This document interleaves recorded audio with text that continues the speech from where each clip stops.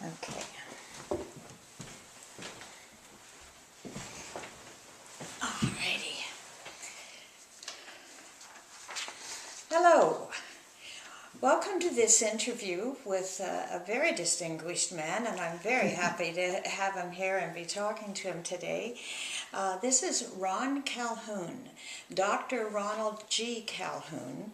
He is the person who was in charge of the Canadian Cancer Society team that managed the Terry Fox Marathon of Hope. And Ron, I'm delighted to have you here, and I'd like to just ask you a couple of questions, and feel free to throw in whatever extra you want to, okay? Terry Fox and the Marathon of Hope, of course we have to talk about that. Tell me about how all that started. Well, the Cancer Society created a new position for fundraising, and it was called Special Events. And I was its first national chairman of special events. My role for the society was to identify successful events in different provinces and migrate them to other provinces so we could maximize the potential on a national basis. So I was very busy moving ideas from one province to the other.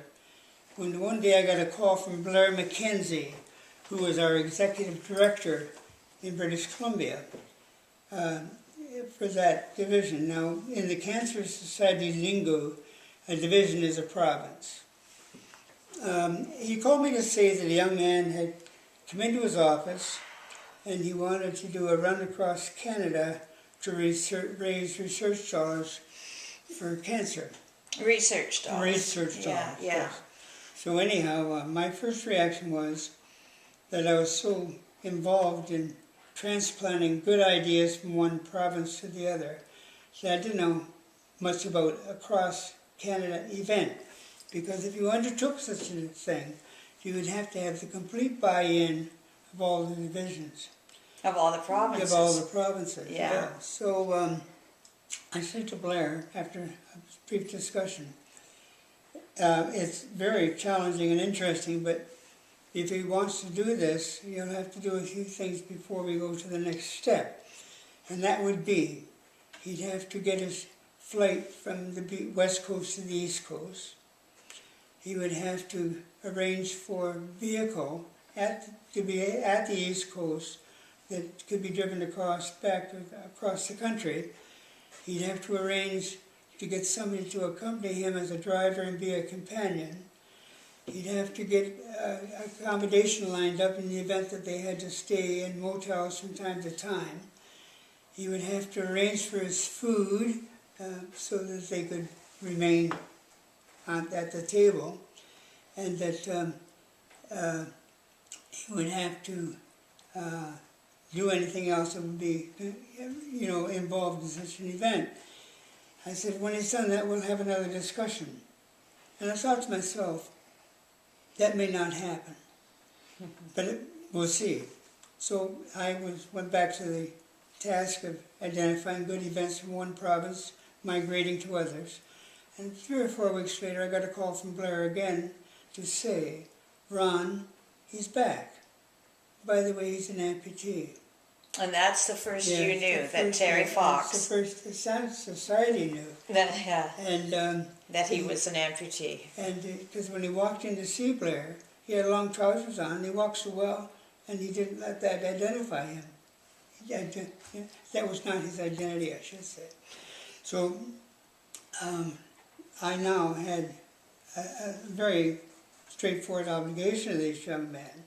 So I said, well, leave it with me and I'll see what I can do, because before we can go the next step from our position, we have to get buy-in from all the provinces.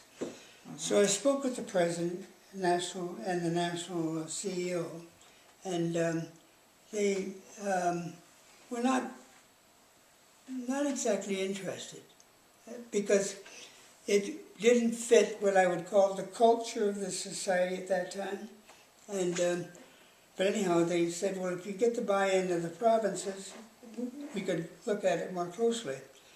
So I contacted all the executive directors of the various divisions, and asked if they could identify somebody in their division they would send to Toronto for a national meeting to decide as a national concept if this is what we would do. After a period of time, probably several weeks, we had a meeting in Toronto. And in preparation for that meeting, I had prepared a letter to hand out to them at that meeting. And in it, I suggested that if it should take place, we would call it the Marathon of Hope, because it was going to be a marathon, and it was all about hope. So that phrase actually came from you. Yes, it did. Yeah. And of course they did buy in. And the next thing I thought I'd ask you is, I know there was a meeting after that with Terry in Vancouver, and was he likable? Was he powerful? Was he kind of a young fellow that was full of himself? What was he like? Okay, well, when we had the buy-in, the next step was whether the society would engage itself in such an event. So I had talks again with the CEO and the national president, and they said, yes, it's important you go out and meet this young guy. By the way, I'd had a few phone conversations with him at that point, yes. Yeah. And then you can decide, we're empowering you, they didn't use the word empower, but that's what they did, to make the decision whether or not the society would undertake this. So out I go, and Tom Rennie accompanied me. He was the national support staff. His name was Tom Rennie? Tom Rennie. Yeah. Yeah. And Tom was my support staff at the national level. So Tom and I went out, and before we got there, though, we cannot ignore another thing that came into the picture. Another gentleman presented himself, and his name was Harry Crawshaw. Yeah, I think we're going to talk a little bit about Harry later. Let's because he's at this meeting. That's why he was at that meeting. Oh, yeah. So, and that's an exciting thing that we can look at maybe in the second taping. Okay.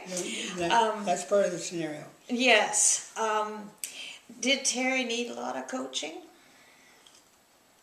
No. He was a very unassuming, somewhat shy, determined, likable young man. Yeah. And it turned out he was very determined. Oh yes, very yes. good. Yeah. He did not take life lightly. He definitely had what he wanted to do in mind. He was extremely committed to his vision, and it became contagious. Yeah. He was 21 at this point. No. 20. He was just 20. Yeah. He turned 21 during the run. And you've and once more, when I met him, he had long trousers on. Yeah. And I observed that he walked very well. Yeah. Okay. All right. Well, this is the first tape, the first interview in a series of interviews that we're going to do with Dr. Ron Calhoun. So thank you very much for thinking about us and for being part of this, Ron. Oh, you're welcome. Okay, look at the camera. All right. I'm just going to stop that.